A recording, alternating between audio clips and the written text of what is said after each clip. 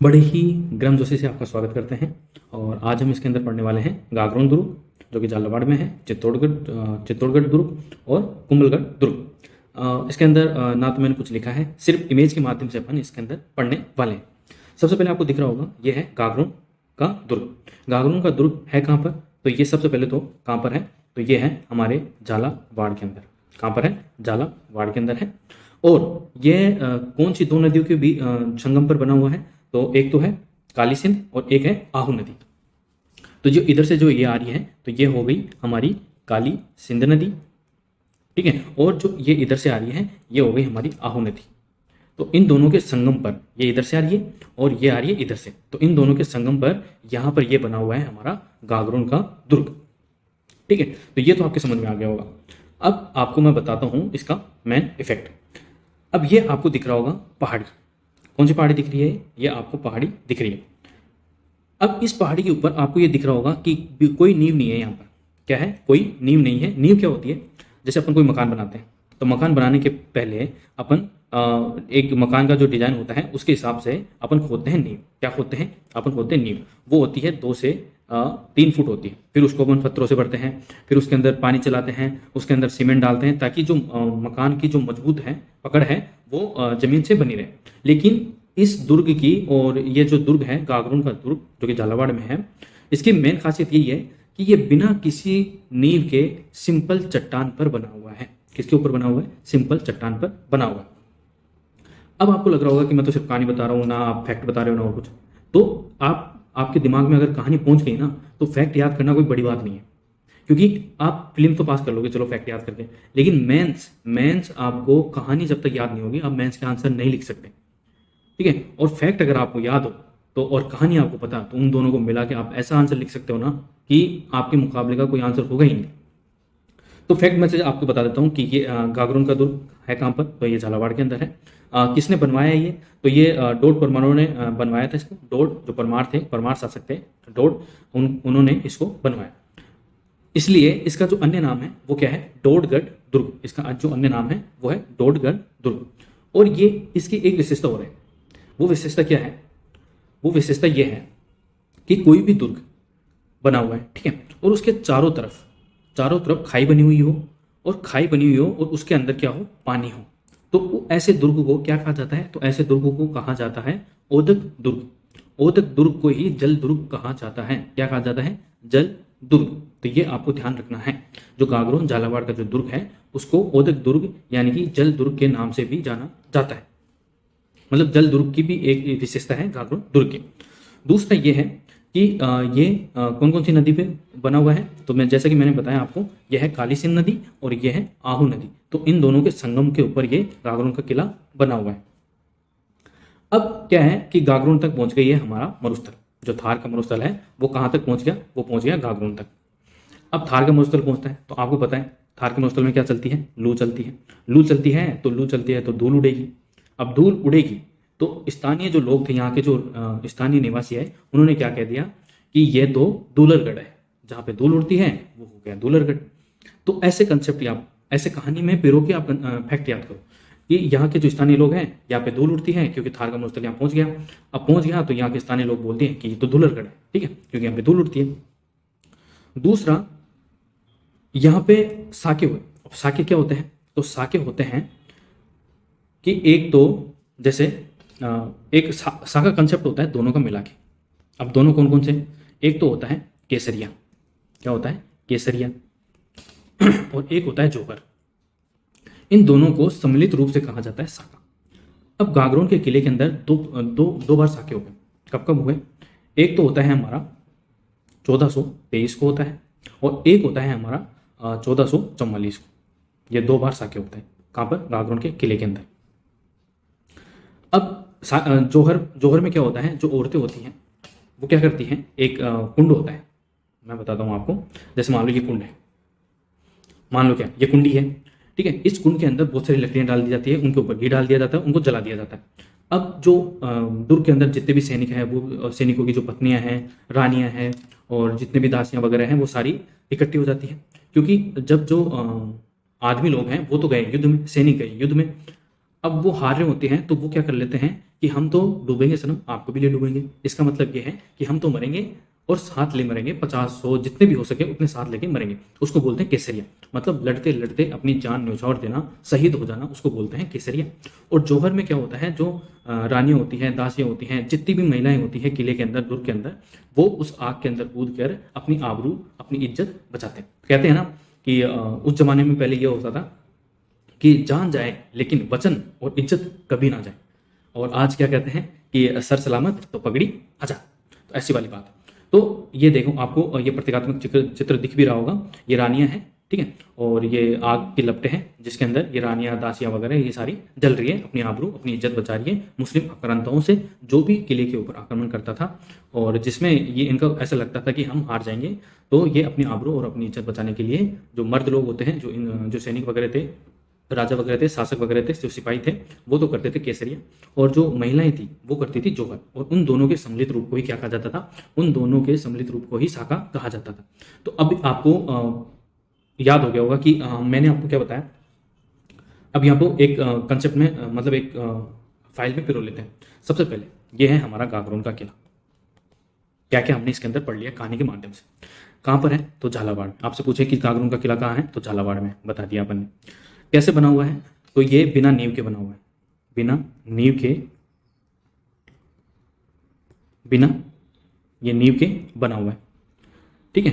और मतलब जो ये पहाड़ी है उसके ऊपर बिना नींव के ऐसे कैसे पत्थरों के ऊपर पत्थर रख के चूना पत्थर से इसको बना दिया गया। तीसरा, यहाँ पर 2 साके होते हैं, एक 1423 के अंदर होता है, एक 1444 के अंदर होता है। 1423 में जो होता है वो मालवा का शासक था, मालवा का जो मुस्लिम शासक था होसंग शाह, क्या था, होसंग शाह, वो आक्रमण कर देता है, ठीक है। और उसके आक्रमण के कारण 1423 के अंदर जो सैनिक थे, राजा थे, शासक थे, वो तो कर लेते हैं केसरिया, और जो महिलाएं थी, औरतें थी, रानियां थी, दासियां थी, वो कर लेती हैं जोहर। तो एक होता है 1423, एक होता है 1444 के अंदर। इस समय कौन था, तो इस समय मालवा का ही शासक था। और मालवा कहाँ पड़ता है, ये पड़ता है गुजरात के अंदर। तो मालवा का ही शासक था, कौन था, महमूद खिलजी प्रथम। इसके आक्रमण के समय दूसरा साका होता है गागरोन किले के अंदर। स्थानीय नाम अपने इसका देख ही लिया कि इसका स्थानीय नाम क्या है, तो इसका स्थानीय नाम है धूलरगढ़, क्योंकि हमने क्या जाना था कि जो स्थानीय लोग थे यहाँ के, क्योंकि थार का मरुस्थल यहाँ पहुंच गया, आंधियाँ चलती है, लू चलती है, लू चलती है तो धूल उड़ती है, और धूल उड़ती है तो स्थानीय लोगों ने कह दिया कि ये तो किले के अंदर से आ रही है, तो इस किले का नाम क्या हो गया, धूलरगढ़ हो गया। और कौन सी नदी के ऊपर ये बना हुआ है, तो मैंने आपको बता ही दिया कि एक तो ये इधर से जो आ रही है काली सिंध नदी है, और ये इधर से जो आ रही है वो क्या है, आहू नदी है, और इनके संगम पे जो बना हुआ है वो है हमारा गागरोन दुर्ग। और क्योंकि ये चारों तरफ से खाई है और खाई के अंदर पानी भरा हुआ है, इसलिए ऐसे दुर्गों को क्या कहा जाता है, ऐसे दुर्गों को कहा जाता है उदक दुर्ग या जल दुर्ग। आई होप आपको ये कहानी के साथ ये फैक्ट भी आपको समझ में आ गया हो। सेम ऐसे ही हम पढ़ने वाले हैं। अब ये देखिए, अब ये केसरिया, ये प्रतीकात्मक चित्र है। केसरिया में क्या होता था कि जैसे मैंने आपको बता दिया केसरिया में। अब ये देखिए, आप एनर्जी से भर जाओगे। मतलब ये है राजस्थान के राजपूत शासक, इन्होंने क्या किया, जो ये मुस्लिम आक्रांता है इसको घोड़े के साथ बीचों बीच से काट दिया। हो सकते हो आप कितनी इच्छा शक्ति रही होगी, है ना। तो ये देख सकते हैं आप। और ये इनकी देखो, इन सैनिकों की आंखें फटी की फटी रहेगी सालों की, देख रहे हो ना, ये होता है। ये भी सोच रहे हैं, ये इनके जो सैनिक है ये भी सोच रहे हैं, वाह मजा ही आ गया, है ना। तो ये होता है। अब ये आ गए हम चित्तौड़गढ़ दुर्ग के अंदर। किसके अंदर आ गए, चित्तौड़गढ़ दुर्ग के अंदर हम पहुंच चुके हैं। तो सबसे पहले तो कि चित्तौड़गढ़ दुर्ग किसने बनवाया था, तो यहाँ का शासक होता है, तो चित्रांग मौर्य ने बनवाया था। किसने बनवाया था, चित्रांग मौर्य ने ये बनवाया था, ठीक है। तो ये बनवा लिया, अब बनवा लिया, चलो बनवा लिया। अब इसको ये राजस्थान का सबसे बड़ा आवासीय किला है। आवासीय किला का मतलब है ये है कि इस किले के अंदर अभी भी लोग रहते हैं, मतलब अभी भी लोग निवास करते हैं। ये आपको दिख रहा होगा ना, ये कौन है, ये मैं ही हूँ। आपके लिए फोटो लेने गया था, ये जो दिख रहे ना आपको, ये फोटो मैंने खींची है, घूमने गया था मैं वहाँ पर, है ना। तो ये मजाक है, ठीक है। तो अब ये जो कौन सी नदी के किनारे हैं, जैसे कि हमारा गागरोन दुर्ग था काली सिंध और आहू नदी पे, तो ये है कौन सी नदी, एक तो गंभीरी नदी, कौन सी नदी, गंभीरी, और एक है बेड़स नदी। इन दोनों नदियों के किनारे ये बना हुआ है, कौन सा, चित्तौड़गढ़ दुर्ग ये बना हुआ है। किसने बनवाया था, तो चित्रांग मौर्य ने ये बनवाया था, ठीक है। चलो बनवा लिया।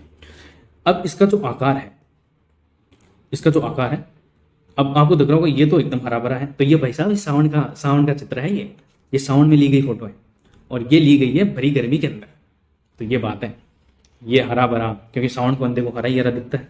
तो अब पढ़ेंगे अपन, थार मरुस्थल में रहते हैं, राजस्थान में रहते हैं, जहाँ बारिश कम होती है, पानी की कमी है, तो वो सारी चीज़ें, तो हम ये वाला फोटो अपन को शूट करते हैं। ठीक है, तो हमने देख लिया कि ये बनवाया था हमने चित्रांग मौर्य के द्वारा बनवाया गया था। चित्रांग मौर्य के द्वारा ये बनवाया गया। उसके बाद कौन कौन सी नदी है, तो गंभीरी और बेड़ज नदी के किनारे ये बना हुआ है। ठीक है, आकार इसका कैसा है, तो सबसे इंपॉर्टेंट तो यही है कि सर हमें तो पता ही नहीं इसका आकार क्या है। तो इसका आकार है मछली की जैसा। किसके जैसा? मछली के जैसा। किसके जैसा है? मछली के जैसा इसका आकार है। किसके जैसा है? मछली के जैसा। अब वो कौन सी मछली के जैसा है ये तो मुझे भी नहीं पता है। और ये आपको दिख रहा होगा, ये मैं ही हूँ। क्या है? यहाँ पर फोटो लेने गया था आपके लिए, एकदम साफ सुथरी मस्त एकदम। ठीक है, तो इसका जो आकार है वो मछली के जैसा है। उससे पहले अपन देख लेते हैं कुछ और बातें। हमने देखा कि गंभीरी और बेड़ज की नदी के किनारे ये बना हुआ है, आकार इसका मछली के जैसा है और चित्रांग मौर्य ने इसको बनवाया था। दूसरा, कौन से पठार पे ये बना हुआ है, तो ये मेसा के पठार पे बना हुआ है। कौन से पठार पे? मेसा के पठार पर ये बना हुआ है। ये आपको दिख रहा होगा लंबा सा, ये क्या है? तो ये कंफ्यूज होने की कोई जरूरत नहीं है, ये है हमारा समिदेश्वर मंदिर। कौन सा मंदिर? समिदेश्वर मंदिर। वो हम आगे देखने वाले। तो अभी तक हमने क्या देख लिया इसके अंदर, तो ये है हमारा चित्तौड़गढ़ के दुर्ग का फोटो है। ये सावन की फोटो है, ठीक है, जहाँ पे बारिश होती है और हरा ही हरा हो जाता है चारों तरफ। और ये है भरी गर्मी की फोटो। ठीक है, तो कितना अंतर आ गया, देखो ये कितना सुनहरा प्यारा सा एकदम हरा हरा सब कुछ एकदम मस्त चित्र लग रहा है, और ये देखिए एकदम सूखा सूखा सा लग रहा है। तो ये है हमारी राजस्थान की असली रियलिटी। ठीक है, तो कभी हरा कभी सूखा, कभी दुख कभी सुख, कभी सोए कभी नहीं सोए, तो ये है जिंदगी। ठीक है, तो हमने देख लिया कि चित्रांग मौर्य ने बनवाया था। बार बार मैं आपको दोहरा रहा हूँ क्योंकि आपको यही याद हो जाए कहानी के साथ, बार बार आपको पढ़ने की जरूरत ही नहीं पड़े। ठीक है, तो चित्रांग मौर्य ने बनवाया कौन से दुर्ग को? चित्तौड़गढ़ दुर्ग को बनवाया है। और ये कौन से जिले के अंदर है? तो जो चित्तौड़गढ़ जिला है वहीं इसके अंदर ये है। गंभीरी और बेड़ज नदी के किनारे ये बनी हुई है। मछली का इसका आकार है, मछली जैसा इसका आकार है। और ये कौन से पठार के ऊपर है? तो ये है मेसा के पठार के ऊपर। और ये इसके अंदर जो ये आपको ग्रीन ग्रीन दिख रहा होगा, ये इसके अंदर तालाब जैसा होता है, कुंड जैसा होता है। कुंड है ये, कौन सा कुंड है? तो ये है मामादेव कुंड। मामादेव कुंड है ये, आपको ग्रीन ग्रीन जो पानी का जो दिख रहा है ये है मामादेव कुंड। ठीक है, अब इसको किलो का सिरमौर क्यों कहते हैं? तो आप सिंपली कंसेप्ट आपको याद रखने के लिए आप ये याद रख सकते हैं, क्योंकि मछली के आकार का पूरे भारत के अंदर ये एक ही किला है, चित्तौड़गढ़ किला, इसीलिए इसे किलो का सिरमौर कहा जाता है। आपको याद रखने के लिए आप ये याद रख सकते हैं, क्योंकि मछली के आकार का सिर्फ और सिर्फ एक ही किला है, कौन सा है? चित्तौड़गढ़ दुर्ग है, और इसीलिए इसको किलो का सिरमौर कहा जाता है। और राजस्थान का सबसे बड़ा आवासीय किला है, मतलब इसके अंदर अभी भी लोग निवास करते हैं। दूसरा, इसको राजस्थान का गौरव कहते हैं, जैसा कि मैंने आपको बताया कि मछली का आकार का सिर्फ एकमात्र ये किला है, पूरी दुनिया के अंदर ही मछली के आकार का एकमात्र किला है, तो गौरव तो रहेगा ही भाई हमारे पास। ये इसकी टांग मछली का किला, तो मछली के आकार के जैसा किला, तो गौरव तो है ही, तो राजस्थान का गौरव भी है। राजस्थान का है तो भारत का गौरव भी है। ठीक है, इसीलिए तो अपन दुनिया में डंका बजाते हैं हमारी संस्कृति का। उसके बाद जैसे कि गागरोन के अंदर 2 साके हुए, एक 1423 के अंदर और एक 1444 के अंदर, ऐसे ही चित्तौड़गढ़ दुर्ग के अंदर भी 3 साके होते हैं, 1303 के अंदर, 1534 के अंदर और 1568 के अंदर। अब कब कब होते हैं और किन किन के जो मुस्लिम जो आक्रमणकारी थे वो कौन थे, वो हम देखने वाले हैं। उससे पहले हम देख लेते हैं समिदेश्वर मंदिर। तो हाथ जोड़ लेते हैं साहब, समिदेश्वर मंदिर जी के बेड़ा पार लगा देता हूँ, क्योंकि आपको मैं कंसेप्ट बताता हूँ कि मंदिर क्यों जाते हैं लोग। मंदिर जाते हैं कि अपने अपने अपने अंदर जो होप है, जो आशा है, उसको बल प्रदान करने के लिए, उसको स्ट्रॉन्ग बनाने के लिए, कि एक ना एक दिन तो मेरे मेहनत का फल मुझे जरूर ही मिलेगा। ठीक है, इसीलिए एक बार फिर से हाथ जोड़ लेते हैं हमारे समिदेश्वर जी मंदिर के। बहुत भीड़ भड़क आता है, एकदम अंदर जाके एकदम ऐसे फोटो वोटो लिए आपके लिए। ठीक है, तो थोड़ी लाइक शेयर सब्सक्राइब तो कर देना अगर आपने नहीं किया हो तो। ठीक है, मतलब एकदम ऐसे अंदर जाके बहुत भीड़ थी, मतलब फोटो नहीं लेने दे रहे थे, मतलब 10-20 रुपए पगल वागल पकड़ाए और फिर वो अंदर गया, फिर वो मतलब जूते वहीं रह गए, उसके जूते चप्पल चोरी कर लेगा कोई बाहर मंदिर से, अंदर तो कैसे लेके जाएगा, मंदिर है। ठीक है, तो ये है हमारा समिदेश्वर मंदिर। और ये हैं उनके अंदर की लगी हुई जो मूर्ति है और इनकी आँखें वगैरह, और समितेश्वर महाराज ये हमारे दिख रहे हैं आपको। तो ये है हमारा समितेश्वर मंदिर। अब आप देख लेते हैं यहाँ पर कि जो साके हैं वो कितने साके यहाँ पर होते हैं। तो यहाँ पर होते हैं 3 साके। कितने साके? 3 साके। साके मैंने आपको बता दिए हैं, जौहर प्लस केसरिया, ये 3 साके यहाँ पर होते हैं, जौहर प्लस केसरिया। पहला होता है हमारा 1303, और 1303 का काल 1301 से 1303 का रावल रतन सिंह का काल है, ठीक है। और इनकी रानी कौन थी? पद्मिनी। कौन थी? पद्मिनी थी, जो सिंगल प्रदेश की राजकुमारी थी। और तोता का तो आपने सुना ही होगा। तोता बहुत ही ज़्यादा खतरनाक था साला। मतलब वो क्या करता है, तोते का तो खैर कहानी है, बाकी जाता तो मूवी के अंदर जो पद्मावत मूवी है उसके अंदर तो दिखाया कि उसको पंडित ही चला जाता है। लेकिन जैसे पद्मावत और कोई और भी कहानियाँ चलती हैं, अब मेरे को नहीं पता कि ये सच है कि नहीं है, पर कहानी ये है कि तोता जो जाता है बोला अलाउद्दीन खिलजी के पास चला जाता है। अलाउद्दीन खिलजी के पास बोलता है कि ऐसे तो रावल रतन सिंह मुझे खाना पीना बंद कर दिया, तो मैं तो आपके पास उठते हुए आ गया, और रानी जो पद्मती है वो बहुत ही ज़्यादा सुंदर है। तो जो अलाउद्दीन खिलजी है वो चलो भैंस की टांग, चलो चित्तौड़गढ़ पे हम करेंगे रानी पद्मती से मुलाकात, ठीक है। तो 1303 के अंदर पहला साका होता है। रावल जो रतन सिंह है, रतन सिंह के नेतृत्व में होता है केसरिया, और जो रानी पद्मिनी होती है उनके नेतृत्व में होता है जौहर। तो ये आपको ध्यान रखना है। गोरा बादल रावल रतन सिंह के ही सेनापति थे। कहा जाता है कि जो गोरा बादल हैं उनका सर कट जाने के बाद भी वो काफ़ी देर तक युद्ध में लड़े थे। तो ये हो गया हमारा पहला साका। दूसरा साका हम देख लेते हैं। दूसरा साका होता है 1534 के अंदर, और ये कब होता है? इस समय आक्रमण कौन करता है? हाँ सॉरी, मैंने आपको बताया नहीं कि 1303 के अंदर जो आक्रमण करता है वो कौन करता है? उस समय खिलजी वंश का शासक था। कौन था? 1303 के अंदर खिलजी वंश का जो शासक था वो था अलाउद्दीन खिलजी। कौन था? अलाउद्दीन खिलजी। अगर आपने मूवी देखी है तो आपको अच्छे से समझ में आ गया होगा। तो अलाउद्दीन खिलजी आक्रमण कर देता है चित्तौड़ के ऊपर और मारकाट मचा देता है। तो पद्मिनी के नेतृत्व में जौहर हो जाता है और रावल रतन सिंह के नेतृत्व में हो जाता है केसरिया। उनमें लड़ते लड़ते मर जाते हैं। फिर आते हैं हम 1534 के अंदर। इस समय जो मुस्लिम आक्रमणकारी था वो कौन था? इस समय था बहादुर शाह।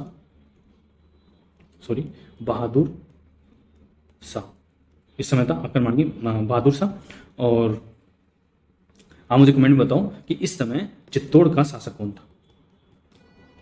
चित्तौड़ का शासक कौन था 1534 के अंदर, जब दूसरा साका होता है, सेकंड साका होता है।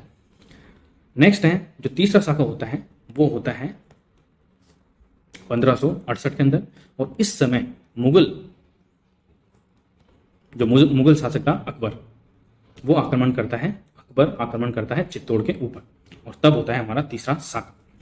साका मतलब वही मैंने आपको याद रखना है, केसरिया प्लस जौहर को सम्मिलित रूप से साका कहा जाता है। तो ये आपको ध्यान रखना है। और इस समय चित्तौड़ का शासक कौन था? तो ये भी आप मुझे कमेंट बॉक्स में जरूर बताएं। चलिए चलते हैं हमारे नेक्स्ट दुर्ग के ऊपर। तो नेक्स्ट दुर्ग है हमारा कुंभलगढ़ दुर्ग। इसके बारे में कहा जाता है कि जो कुंभलगढ़ दुर्ग है इसकी दीवार इतनी लंबी है, मतलब जो ग्रेट वॉल ऑफ चाइना है, जो चाइना की दीवार है, चीन की दीवार है, उसके बाद जो 36 किलोमीटर लंबी, कितने किलोमीटर लंबी? 36 किलोमीटर लंबी ये दीवार है। आपको दिख रही होगी, यहाँ से ये यहाँ तक ये जा रही है, यह है 36 किलोमीटर लंबी। ये दूसरी दुनिया की सबसे लंबी दीवार है, और ये इतनी चौड़ी है कि इसके ऊपर 1, 2, 3 और 4 घोड़े एक साथ दौड़ लगा सकते हैं। ये इतनी चौड़ी भी है। तो ये एक विशेषता इसकी ये हो गई। अब कुंभलगढ़ दुर्ग है कहाँ पर? तो कुंभलगढ़ दुर्ग है कहाँ पर? तो ये राजस्थान के राजसमंद जिले के अंदर है। वर्तमान के अंदर जो राजस्थान का राजसमंद जिला है वहां पर कुंभलगढ़ दुर्ग बना हुआ। किसने बनवाया था? तो महाराणा कुंभा ने ये बनवाया था। अब इसका उपनाम देख लेते हैं, क्योंकि महाराणा कुंभा थे बहुत ही बहादुर और साहसी शासक थे वो महाराणा कुंभा। कहते हैं कि उनके शरीर पर 80 घाव थे, और जो 84 दुर्गों के अंदर से 32 दुर्ग तो उन्होंने ही बनवाए थे। इतने घाव थे उनके शरीर पे, और काफ़ी दुर्ग भी उन्होंने बनवाए। इसका उपनाम जैसे कि मेवाड़ का संकट मोचक किला, मेवाड़ का संकट मोचक किला इसको कहा जाता है। अब जैसे हनुमान जी होते हैं तो हनुमान जी को क्या कहा जाता है? संकट मोचक कहा जाता है, क्योंकि वो जो अपने ऊपर जो संकट आ रहे होते हैं उनको हर लेते हैं, इसलिए उनको संकट मोचक कहा जाता है। तो इस दुर्ग को भी संकट मोचक कहा जाता है। जब जब मुस्लिम आक्रांताओं ने आक्रमण किया तो इस दुर्ग ने यहाँ के शासकों की, यहाँ के लोगों की रक्षा की, इसलिए मेवाड़ का संकट मोचक किला इसको कहा जाता है। आई होप आपको याद हो गया हो। दूसरा ये है, ये मेवाड़ और मारवाड़ की सीमा को निर्धारित करता है। मेवाड़ और मारवाड़, तो मारवाड़ ऊपर है जोधपुर के पास और मेवाड़ नीचे है उदयपुर, कुंभलगढ़, राजसमंद के पास। तो इसकी सीमा ये निर्धारित करता है। तो एक तो विशेषता ये हो गई कि मेवाड़ का संकट मोचक किला मारवाड़ और मेवाड़ की सीमा को निर्धारित करता है, मतलब उस सीमा का प्रहरी है एक तरह से। अब इस किले के बारे में ये आपको ऊपर का पोर्शन दिख रहा होगा, मतलब ऊपर का जो होता है ना, क्या बोलते हैं यार, ऊपर से ऊपर का व्यू है ये, ठीक है, ऊपर से लिया गया व्यू है जो आप देख सकते हैं। ये ऊपर का किले का जो है कुंभ का निजी आवास था, जिसको कहा जाता है कटारगढ़। क्या कहा गया था? कटारगढ़। ये कुंभ का निजी आवास था, जिसको मेवाड़ की आंख भी कहा जाता है। ये आपको दिख रहा होगा, ठीक है। तो ये मेवाड़ की आंख, मेवाड़ की आंख, ये कुंभ का निजी आवास भी था। क्या था? निजी आवास, कुंभलगढ़ दुर्ग के अंदर। और ये आपका फ्रंट व्यू है कुंभलगढ़ का, ठीक है। तो अबुल फजल क्या कहता है, क्योंकि ये ऊंचाई, इतनी ऊंचाई पर है कि जो पहाड़ी है ना, वो सबसे ऊंची, जो पहाड़ी का सबसे ऊंची छोर पर है, ये पहाड़ी के सब टॉप फ्लोर पे है पहाड़ी के। तो इसलिए जो अबुल फजल है, कौन? अबुल फजल, अबुल फजल, वो क्या कहता है कि यह किला इतनी ऊंचाई के ऊपर है कि अगर आपके सर पर पगड़ी है तो आप जब इस किले के ऊपर ऐसे देखोगे, जब किले को आप ऐसे ऊपर उठा के देखोगे ना, सर उठा के, मुंडी उठा के, तो आपकी पगड़ी गिर जाएगी। इतना ऊंचा है ये किला। ये कौन कहता है? ये कहता है अबुल फजल। तो ये सेंटेंस आपसे पूछा जा सकता है, ये इंपॉर्टेंट। आपसे एक घुमा के क्वेश्चन पूछा जा सकता है कि किस किले के बारे में अबुल फजल ने ये कहा है कि यह इतनी ऊंचाई पर है कि देखने वाले की सिर की पगड़ी भी नीचे गिर जाती है। तो आपको वो बताना है कुंभलगढ़ दुर्ग, जो कि राजसमंद के अंदर है। महाराणा कुंभा ने इसका निर्माण करवाया था। और इसके जो टॉप फ्लोर है इसका, उसको बोलते हैं कटारगढ़, और उसका अन्य नाम ये बोलते हैं कि मेवाड़ की इसको आंख कहा जाता है। और मेवाड़ और मारवाड़ की पहरी का ये सीमा है, यानी कि इसको पहरेदार भी कहते हैं। इसकी जो दीवार है वो 36 किलोमीटर लंबी है, जो कि ग्रेट वॉल ऑफ चाइना, जो चीन की दीवार है, उसके बाद सेकेंड नंबर की दुनिया की सबसे लंबी दीवार ये मानी जाती है। और ये दीवार की जो चौड़ाई है वो इतनी है कि जो 4 घोड़े हैं वो एक साथ दौड़ लगा सकते हैं, ठीक है। उसके बाद यहाँ पर 2 चीज़ आपको और देखने को मिलती है। अब हाँ, एक चीज़ और कि जो कर्नल जेम्स टोड है, कर्नल जेम्स, गाइस एक छोटी सी मिस्टेक हो गई है। मैंने आपको बताया मामादेव कुंड, ठीक है। तो ये मामादेव कुंड नहीं है, क्योंकि मामादेव कुंड तो कुंभलगढ़ दुर्ग के अंदर है। तो मैंने आपको गलती से यहाँ पर मामादेव कुंड बता दिया, तो उसको आप करेक्ट कर लीजिए। नेक्स्ट है, हाँ ठीक है, जैसे ये अपन ने देख लिया। उसके बाद ये है जो कर्नल जेम्स टोड, जिसको घोड़े वाले बाबा भी कहते हैं, कर्नल जेम्स टोड, घोड़े वाले बाबा, और राजस्थान इतिहास का जनक भी इनको कहा जाता है। इन्होंने जो कुंभलगढ़ दुर्ग है कुंभलगढ़ दुर्ग है, उसकी तुलना किससे की है? एक्सट्रूसन जो किला है उससे की है, ठीक है। तो जो कर्नल जेम्स टोड है, उन्होंने कुंभलगढ़ दुर्ग की जो तुलना है वो यूरोप के अंदर एक किला है, एस्ट्रूक्सन बोलते हैं उसको, ठीक है। इंग्लिश के अंदर मैं आपको लिख देता हूँ वो नाम, ESTURSCAN,